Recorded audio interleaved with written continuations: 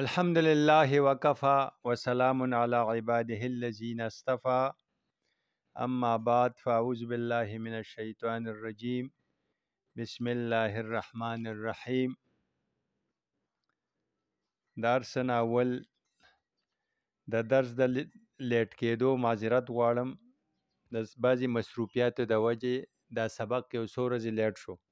موږ دا حکایت نخچیرانو شعر 9 حصې درس کړی او دا 10مه حصه ده او دیزی پورې درس را رسیدلی و. اخري شعرونه دا و: هرچی صورت میں وسیلت سازدش زان وسیلت بهر دور اندازدش تا نبیند دل دهنده راز را تا نبیند تیر دور انداز را. نن دیزی نوایو: اسب خود را یاوداند و ستیز می دواند اسب خود در راه تیز. اسب خود را یاوداند آن جواد واسب خود او را کشان کرده چو باد. در فغان و جستجو آن خیره سر هر طرف پرسان و جویان در بدر. کان که دزدید اسب ما را کو کیست این که زیر ران توست ای خواجه چیست. آره این اسپاس لیکن اسب کو با خدا ای شه سوار اسب جو. واسب ها را مستمع گوید براز تا شناسد مرد اسب خویش باز. جان ز پیدایی و نزدیکی است گم چون شکم پر آب و لب خشکی چو خم. در درون خود بیفزا درد را تا ببینی سبز و سرخ و زرد را. اسب خود را یاوداند و ستیز. دا مولانا یو بل مثال ورکوي چې یو سړی دی هغه په خپل سوري اسب خود را یاوداند او خپل اسب ورک کړی ګڼي. یاوه د بیهوده په معنام راځي او کم سړی خودسری په خپل سری او هغه سړی چې بیهوده کارونه کوي د تم څه وایو یاوه وایي. خو دلته د ورک شوي په معنا راځي. اسب خود را یاوداند چې خپل اسب ورک کړی ګڼي. اوس یو مثال یو سړی دی وستیز او د جنګ و جګړه شروع کړي خلکو سره جنگونه کوي چې زما اسب څه شو. می دواند اسب خود در راه تیز. او می دواند دواندن زغلولو منډې والو ته وي دویدن. می دواند زغلوي په منډه کړي وي اسب خود خپل اس در راه په لاره کې تیز په تیزی سره اس زغلی. اسب خود را یاوداند آن جواد خپل اس ورک کړی ګڼي دغه جواد جوان مرد. جواد اصل سخی ته وي. مولانا اسې دله د جواد دغه سړي نامعلوم سړي ته د جواد لقب ورکه چې دغه جوان مرد وایي چې ګنې ما ناس ورک شوی دی. واسب خود او را کشان کرده چو باد. او دغه خپل اسب دی اسې د پاس د پاسه سور دی دی راکاږي لکه د هوا زغلي او دی اوچت کړی دی. او دا سړی در فغان و جستجو آن خیره سر. فغان شور و فریاد او جستجو لټون کې آن خیره سر دغه خپل سر. خیره سر یعنی بے پروا گستاخ خپل سر دا د په معناګانو راځي. په دې معناګانو هر طرف پرسان و جویان در بدر. پرسان پرسیدن تپوس کولو ته وي. هر ځای تپوسونه کوي و جویان او لټون کوي. در بدر در په در ګرځي او څه وایه دا سړی پاس سور دی وایي زما ناس ورک شوی او منډې وایي. کان کې دزدي د اسب مارا کو کیست کې آن کې چې هغه کس چې دزدي د اسب مارا دزدي غلا کولو ته وایي چې پټ که زما اسب کو یعنی کجاس چرته دی. وکیس او دا څوک دی کم سړي چې زما اسب غلا کړی دی دا چرته دی. کو کجاس چرته دی وکیس او څوک دی. اس بل سړی ورته وایي چې انصافدار این کې زیر رانی تو سے خواجه چیز. بل سړی ورته وایي دا چې ستا د ورنونو لاندې دی او ته پې سورې دا څه دي دا ستاسو دی که نه. هغه بیا څه وایه بیا هم نه پېژني. آرے آو این اسپس دا خو اس دی لیکن آن اسب کو لیکن هغه اسب چرته دی. کو یعنی چرته دی با خدا ای شه سواری اسب جو. دا سوال جواب کیږي. ابل سړی ورته با خدا ځانو پیجنه خود کې راشه اے شه سوار اے شه سوارا اسب جو چې اسب لټون کې جو یعنی د جستجو نه دی چې ته د اسب لټون کې شه سوار کم سړی چې په خوا په اس سورلی کولا او هغه به ډېر زړور او چالاک او د سوارلۍ په فن کې به ماهر و، هغه ته به شه سوار ویلې یا به ورته شاه سوار ویلې چې اس به ښه ځغلول او دې کې به انتهایي ماهر او یارېدو به نه د غورځېدو نه، ده ته به شاه سوار ویلې. نو دغه سړی ورته ډېر اوچت القاب ورکوي مخاطب چې څوک دی چې ظالمه لږ خود کې راشه ځانو پیژنه. ورته وایي چې همدغه دی اسب دی که نه. وصفها را مستمع گوید براز. دغه صفتونه دا مستمع اورېدونکي ته په راز سره وایي. تا شناست مرد اسب خیش باز چې دا سړی خپل اس شناختن پیژندلو ته وایي. شناست یا چې شناختی وکړي د خپل اس باز دوباره. دا مولانا صاحب یو مثال ورکه یعنی دا د روح مثال ورکي. جس کا ګوره و یو سړی دا تپوس کی چې دغه روح چرته دی چې دا دومره اهم دی تاہم اس کو وسیلہ قرب الہی بناوے. ان اشعار میں اس کا جواب ہے جس کا حاصل یہ ہے کہ وہ روح تم سے بہت قریب ہے. دغه روح تاسو ته ډیر نږدې دی اور اس کو تم سے معیت حاصل ہے اور دغه روح تاسو ته معیت حاصل دی مگر اس کی واقفیت نہ ہونے سے بعید و محجوب ہے. اس قرب واقعی اور بود علمی کو یہ مثال کے ضمن میں بیان فرماتے ہیں کہ فرض کرو کہ ایک شخص گھوڑے پر سوار اور اپنے گھوڑے کو غلطی سے گمشدہ سمجھتا ہے اور جہل و عناد سے اپنے گھوڑے کو راہ میں خوب تیزی سے دوڑا رہا ہے. اپنے گھوڑے کو جوان مرد گمشدہ سمجھ رہا ہے اور حالانکہ خود گھوڑا اس کے لیے ہوا کی طرف پھر رہا ہے اور یہ شخص پکارتا ہے اور طرف پوچھتا ہے اور ڈھونڈتا ہے کہ جس شخص نے ہمارا گھوڑا چرایا ہے وہ کہا اور کون ہے. کسی نے کہا کہ میاں تمہارے ران تلی جو ہے وہ کیا ہے. داستا دورون لان دا سے داس نے دستا سا. آپ جواب دیتے ہیں کہ ہاں یہ گھوڑا تو ہے لیکن وہ میرا گھوڑا کہاں ہے. اسی شخص نے کہا کہ ذرا ہوش میں آؤ با خدا ہوش کی راشا. اور وہی اس سوار کی غل و پکار سننے والا چپے چپے حالات اور پتے بتلا رہا ہے. دا چې چغارے ویو دا کم سڑی چیوری دا ورتا پتہ ورکے حالات ورتخی کی تاکہ یہ شخص اپنے گھوڑے کو پہچان لے. پس جس طرح یہ شخص باوجود کہ گھوڑے پر سوار ہے اور وضع میں گھوڑا اس کے پاس ہے مگر باوجود بے خبری اور بدحواسی کے چونکہ اس کا علم نہیں اس کو گم اور بعید سمجھتا ہے. یہی حال روح کا ہے. عمدہ کا مثال دا روح دے کہ مثل گھوڑے کے وہ انسان کو لیے پھرتی ہے کیونکہ تمام آثار و حرکات جسمانی بدولت روح کے واقع ہیں اور اسی وجہ سے جسم کو راکب اور روح کو مرکب سے تشبیہ دی ہے. اور جو اس کا عکس مشہور ہے کہ روح راکب اور جسم مرکب ہے وہ بے اعتبار مطبوع اور تابع ہونے ہے. پس دونوں میں تعارض نہیں مگر باوجود اس قدر میت کے چونکہ انسان اس کا ادراک نہیں کرتا اس لیے اس سے بے خبر ہے اور متعجبانہ پوچھتا ہے. چنانچہ تصریح فرماتے ہیں کہ اسی طرح روح بسبب غایت ظہور قرب کے حواس سے گم اور غائب ہے. پس محض غائب اور غیر مدرک ہونے میں مشابہ مثالی مذکور کے ہے. یہ ضرور نہیں کہ غیر مدرک ہونے کی علت بھی دونوں جگہ ایک ہی ہو.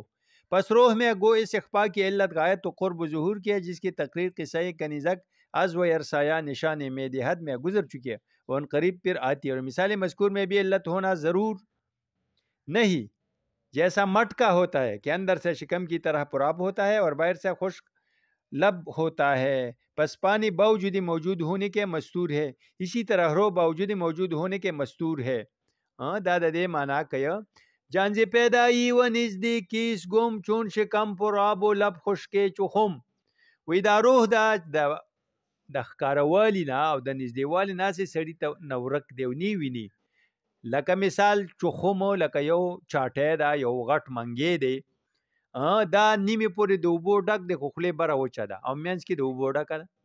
اوبه ورته څومره نږدې دي خو د شونډې وچې دي. در نخا نو دا به څنګه پیدا کې؟ پھر جب روح ایسی مخفی و مستور ہے اس کا ادراک کیوں کر کیا جا سکتا ہے تاکہ اس کو وسیلے قرب الہی و حصولی معرفت بنایا جائے چې دا معرفت حاصل شي. دا به څنګه پیژنو چې دا روح موږ نه وینو؟ جواب میں اس ادراک کا طریقہ بتلاتے ہیں. اوس مولانا روم دا طریقه خی چې دغه روحانیت او معرفت به ته څنګه د روح په ذریعه حاصلې. نو وی آخری شعر کې اصل خبره ده، در درون خود بی ابزا درد را تا ببینی سبز و سرخ و زرد را. وی په خپل زړه کې درد پیدا کا، طلب و جستجو چې بیا شنه او سره او زیړ رنگونه وویني. جواب میں اس ادراک کا طریقہ بتلاتے ہیں کہ اپنے اندر درد کو درد درون خود بھی ابزا درد نہ، یعنی طلب و جستجو کو بڑھانا چاہیے. طلب و جستجو زیادہ کا اس وقت تم کو مختلف مستور چیزیں مدرک ہوں گے. تبے اوینی تا تب ادراک شدہ دے. مراد اس مختلف مستور چیزوں سے لطائف غیبیاں ہیں. پس سرخ و سبز و زرد کنایا مطلق اشیاء مختلفہ سے ہے، خصوصیت ان الوان کی مقصود نہیں، کیونکہ محاورات میں متقابل اشیاء کا لانا مطلق اختلاف کے لیے مستعمل ہے، جیسے گرم و سرد، تلخ و شیرین وغیرہ. اگرچہ حسن اتفاق سے ان لطائف کو ان الوان مذکورہ سے خاص مناسبتیں بھی ہے. چنانکہ مکاشفین فرماتے ہیں کہ لطیفہ روح کا رنگ سفید ہے، د روح رنگ چې دی دا سپین دی. لطیفه قلب د زړه د لطیفه رنگ چې دی دا سور دی. اور لطیفه سر د سر د لطیفه رنگ چې دی دا سبز شین دی.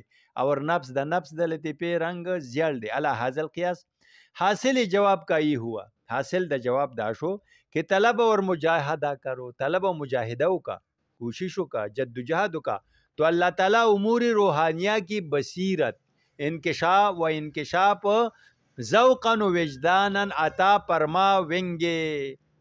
اللہ تعالیٰ با دا روحانیت دا امور و بصیرت و انکشاف سنگ کی، ذوق او وجداناً بتاتا عطا کی، پھر ان کے ذریعے سے طریقی سلوک کو طے کر سکو گے. ہاں جی. کئی بی بینی سرخ و سبز و بور را تا نبینی پیش از آن سه نور را، لیک چون در رنگم شد هوشی تو شد زی نوران رنگ ها رو پوشی تو. کئی بی بینی دغه لطیفه چې مخکې بیان کې چې سبز او سرخ او زیړ ویني، وی کئی بی بینی ته به کله ووینې دا سور او شین او بور رنگ. دا اصل کې پور دی خو بور هم ویل کېږي. بور ګلابي یا هغه ګل چې زیړوالي ته مایل وي دې ته بور یا پور وی. کئی بی بینی سرخ و سبز و بور را تا نبینی پیش از آن سه نور را، چې مخکې د دې درې رنگونو نه ته نور نه ویني، دا بعد د نور په ذریعه ویني، د رڼا چې رڼا نی نو دغه رنگونه ته نشي لیدی. لیک چون در رنگم شد هوش تو شد زی نوران رنگ ها رو پوش تو. لیکن کله چې په رنگ کې ستا هوش ورک شو، رنگونو کې لاړې او رڼا دې هېره کړه، حالان کې دغه رنگونه تا د رڼا په وجه که رڼا نه وي تا دا رنگونه نشو لیدلی. شد زی نوران رنگ ها روپوشی تو، تا نه نور هیر شو، دې رنگونو ته ګورې او دغه رنگونه ستا روپوشو، ستا سترګې پټې کې، ستا عقل واغشته، نور نه وینه او رنگونه ویني. لیکن دا تا ته کله پته لګي چې دا رنگونه د نور او د رڼا په وجه لیدلی شي، که رڼا نه یو رنگ هم نشي لیدلی. چون کې شب آن رنگ ها مستور بود، چون کې د شپې دغه رنگونه پټ وي نیشي لیدلی. پس بی دیدی رنگ از نور بود، پس تا ولیدله چې دا د رنگونو لیدل دا د نور په وجه، د شپې چې رڼا نشته ته نه تور ویني نه سپینې سم نه ویني. اوس دا یو مثال ورکه. اوس وی چون کې نیز دیدی رنگ بی نوری بیرون یا برون، هر کله چې لیدل د رنگ بغیر دا بیرونی نور نه نشه، چې بهرنی نور نوی ته دغه د لاټین رڼا، د نور رڼا، بل رڼا، د بجلی رڼا رنگونه نشي لیدی. همچنین رنگی خیال اندرون، همدغه سی اندرونی خیال د دې مثال دی. این برون از آفتاب و از سحاس دا دا یعنی این نور، دغه نور چې دی د خیال اندرون دا د انوار او د سوحانه بهر دی.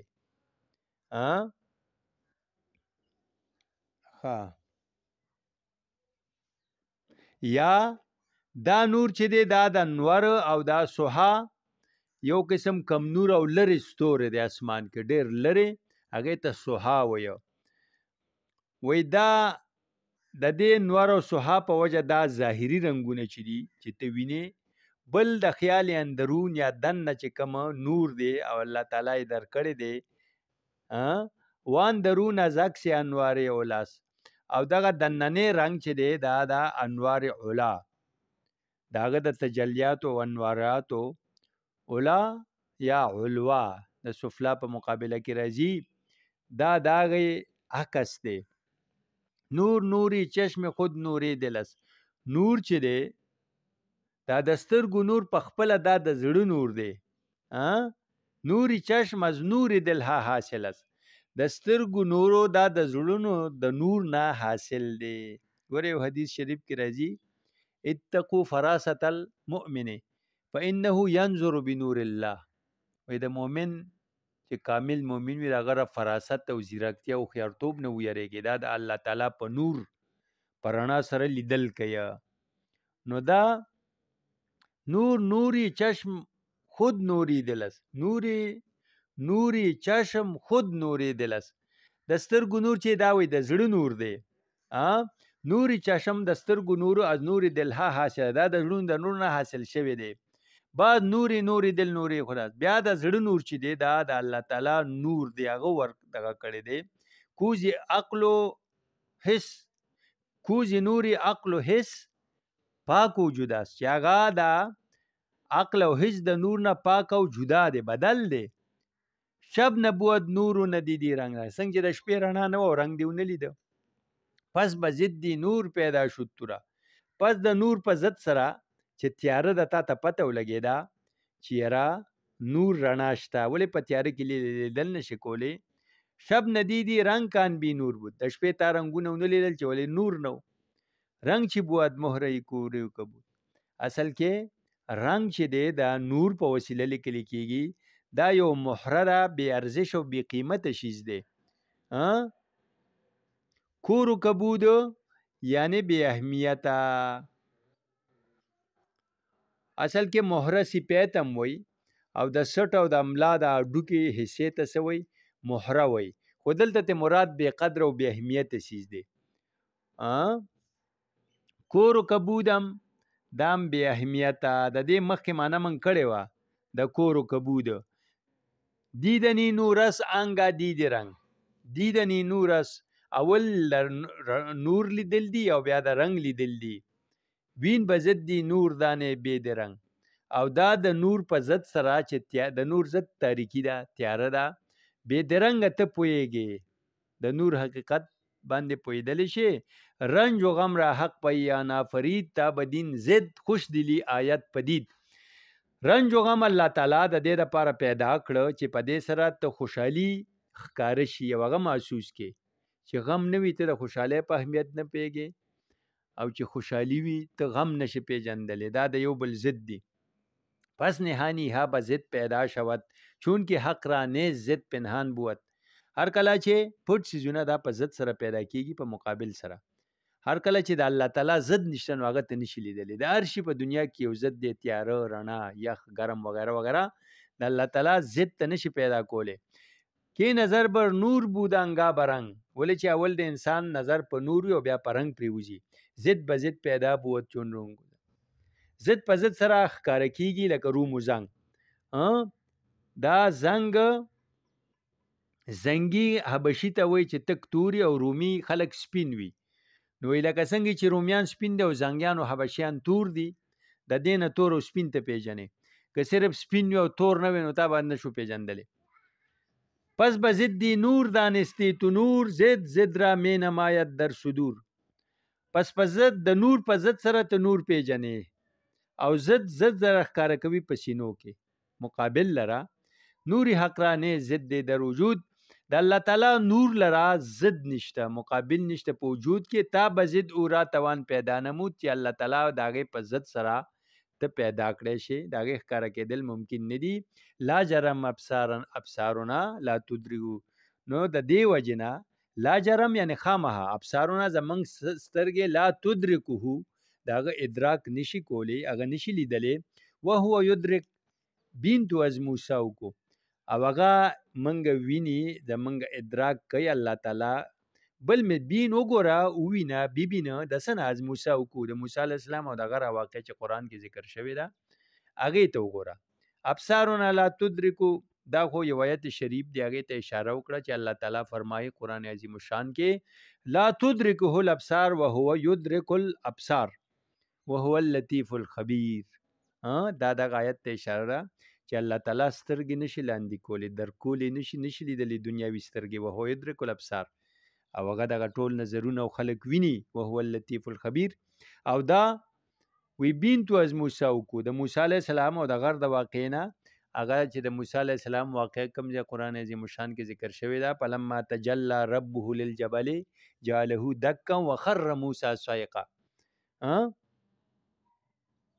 هر کله چې تجلیات غرزول رب د موسی علیه السلام په غر باندې، نو هغه ټوټې ټوټې که او موسی علیه السلام بېهوشه پرېوته.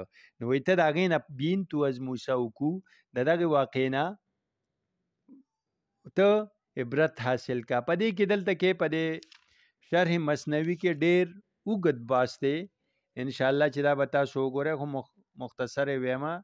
حاصل توضیح ہے کہ ظاہر ہے کہ مختلف الوان کے دیکھنے کے لیے نور کا ہونا شرط ہے. یہی وجہ ہے کہ شب کو تاریکی میں او الوان نظر نہیں آتی اگر رنگونہ پر نظر ناراضی. اور چونکہ نور کی حقیقت سے ظاہر لنفسی و مظہر لغیری ہے، یعنی ایسی چیز کہ خود بھی ظاہر ہے اور دوسری چیز کے ظاہر ہونے کے لیے واسطہ ہو. چنانچہ روشنی کی شان کسی پر مخفی نہیں کہ خود بھی نظر آتی ہے اور اس کی وجہ سے دوسری چیزیں بھی نظر آتی ہے، اس لیے اس کے ظہور میں کسی کو شبہ نہیں ہوتا. اور اس میں بھی شبہ نہیں کہ اول او نور خود نظر آ کر پھر دوسری چیزوں کے نظر آنے کا ذریعہ بنتی ہے. پس ضرور ہے کہ جب ہم اجسام کے الوان کو دیکھتے ہیں، اول ہم کو روشنی جو جسم و لون کو محیط ہے نظر آتی ہے، اور ثانیاً اس کے واسطے سے او الوان نظر آتے ہیں. پس وہ روشنی بنسبت الوان کے صفتی ظہور میں قوی تر اور زائد تر ہے، مگر باوجود اس کے یقیناً الوان کو دیکھنے کے وقت ہم کو اس طرح پہ التفات بھی نہیں ہوتا اور ہرگز اس کا امتیاز نہیں ہوتا کہ ہم نے اول نور کو دیکھا ہے پھر دوسری اشیاء کو دیکھا ہے، بلکہ بادی نظر میں یہی سمجھتے ہیں اور یہی زبان سے کہتے ہیں کہ ہم نے فلان رنگ فلان جسم کو دیکھا. بادی نظر یعنی پاول نظر. تو دیکھو روشنی باوجود کمالی ظہور اور کمال قرب کے کس طرح ہماری توجہ ذہنی سے مخفی و مستور ہو گئی. کمالی ظہور روشنی کا تو ظاہر ہے کہ دوسری اشیاء اس کی بدولت ظاہر ہوتی ہے، اور کمال قرب یہ ہے کہ روشنی جب دوسروں کے ظہور کا واسطہ ہے، پس رائی اور لون مرئی کے درمیان میں تو نور کا واسطہ ہوا، اور رائی اور نور میں کوئی اور واسطہ نہیں، اور یہ ظاہر ہے کہ واسطہ کو بنسبت اسی واسطہ کے قوت مدرکہ کے ساتھ قرب ہوگا. اس سے یہ قاعدہ ثابت ہو گیا کہ باوجود ظہور و قرب اختفاء و استتار بمعنی عدم التفات ممکن ہے. پس توضیح مضمون موعود کی تمام ہو گئی. یہاں تک تو روشنی ظاہری کا حال مذکور ہوا. اب اسی قیاس پر نور عقلی کو سمجھنا چاہیے کہ اس میں کوئی شک نہیں کہ بہت سے امور معقولہ بذریعہ عقل کے مدرک ہوتے ہیں، جس طرح الوان بذریعہ روشنی ظاہری مدرک ہوتے تھے. پس امور معقولہ بمنزلہ الوان ہوئی اور عقل بمنزلہ روشنی ظاہری ہوئی، اور اس عقل کا ظاہر بنفسی و مظہر لغیری ہونا بھی ثابت ہوا. اور یہ مظہر لغیری ہونا یعنی دای د عقل مثال ورک چې څنګه بغیر د رڼا موږ څیزونه نشي لیدلی، داسې اول زموږ چې یو څیزونه ادراک کو د هغه وینو یا زموږ سمجھ کې راځي، اول زموږ عقل استعمالیږي. د هر چا چې څومره عقلي فکر هر کس به قدر همت اوس. نو د عقل هغه ته همغومره رڼا ورکوي، د چا عقل کم وي د چا زیات وي. تو لامال وجود عقل کا بنسبت معقولات کے اظہار ہونا اور واسطہ ادراک معقولات ہونے کے اقرب ہونا یقینی ہے، بلکہ چونکہ خود عقل ہی مدرک ہے اس لیے بجائے اقرب کے عین اور نفس ذات کہا جاوے گا، جس سے زیادہ کوئی قرب خادہ پوشو. وس ویم کہ تم سرخ و سبز و گلابی رنگ کو کب دیکھ سکتے ہو جب تک ان تینوں رنگ سے پہلے نور ظاہری کو نہ دیکھو، لیکن چون کی دیکھنے کے وقت بالکل تمہاری توجہ رنگ ہی میں مستغرق ہوتی ہے. دا منگا تشریح ورکړه انشاءاللہ پوښیوي به تاسو. اسی لیے وہ رنگ اور اس نور سے حجاب ہو گیا. دیکھو کہ رنگ کی طرف توجہ ہوتی ہے اور نور کی طرف التفات نہیں ہوتا، مگر چونکہ شب کے وقت تاریکی میں وہ سب رنگ مستور ہو جاتے ہیں، اس سے تم سمجھ لیتے ہو کہ رنگ کا دکھلائی دینا بوجہ نور کہتا. پس جس طرح ظاہری رنگوں کا دکھلائی دینا بلا نوری ظاہری کے نہیں ہوتا، اسی طرح رنگ باطنی کا حال ہے جس کو خیال کہتے ہیں، اور اس کو رنگ مشاکلتاً کہہ دیا. اور خیال سے مراد مطلق مدرک باطنی ہے، خواہ محسوس بحواس باطن ہو یا مدرک بالعقل ہو. مجازاً خیال کا اطلاق سب پر کر دیا کہ اس کو نور باطنی یعنی عقل کی احتیاج ہے، اور یہ ظاہری نور تو آفتاب اور سہا کا ہے، اور وہ باطنی نور انوار عالیہ یعنی انوار ذات و صفات حق کا عکس ہے، کیونکہ حادث مستفید قدیم سے ہوتا ہے، اور ہر چند کی نور ظاہری بھی ذل اسی نور قدیم کا ہے، مگر چونکہ بوستہ انوار باطنیہ لطائف روح وغیرہ کے ہے، جیسا اہل کشف نے تصریح کی ہے کہ صدور میں علم غیب علم شہادت سے مقدم ہے، اس لیے عکس ہونے میں انوار باطنی کو بمقابلہ انوار ظاہری کے ترجیح ہوئی. انشاءاللہ چې تاسو په لږ ډیر پوه شوي یې. دا درس دلته ختمو. وصلی الله تعالی علی خیر خلقه محمد و آله و اصحابه اجمعین برحمتک یا ارحم الراحمین.